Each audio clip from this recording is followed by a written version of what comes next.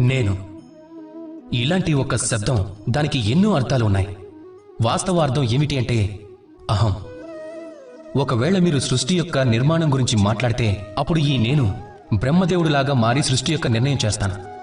ఒకవేళ ప్రళయం గురించి మీరు మాట్లాడితే అప్పుడు ఈ నేను మహాదేవుడిలా మారి నాశనం చేస్తాను.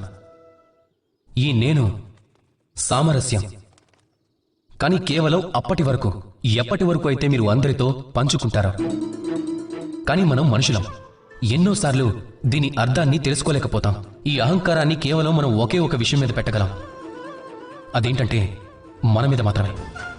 ఇక అప్పుడే మేలుకుంటుంది అహంకారం. ఇక దీని ఉద్దేశం ఏమిటి అంటే కేవలం నేను అని, మనం అని కాదు. ఇక ఒంటరిగా వ్యక్తి దేనికి మూలం కాలేడు, ఇక అలాగే సృష్టి చేయలేడు. కనుక చూడండి, వర్షపు నీటి చుక్కకు దానికంటూ ఒక ఉనికి ఉంటుంది, కానీ అది భూమి మీద పడుతూనే సమాప్తం అయిపోతుంది.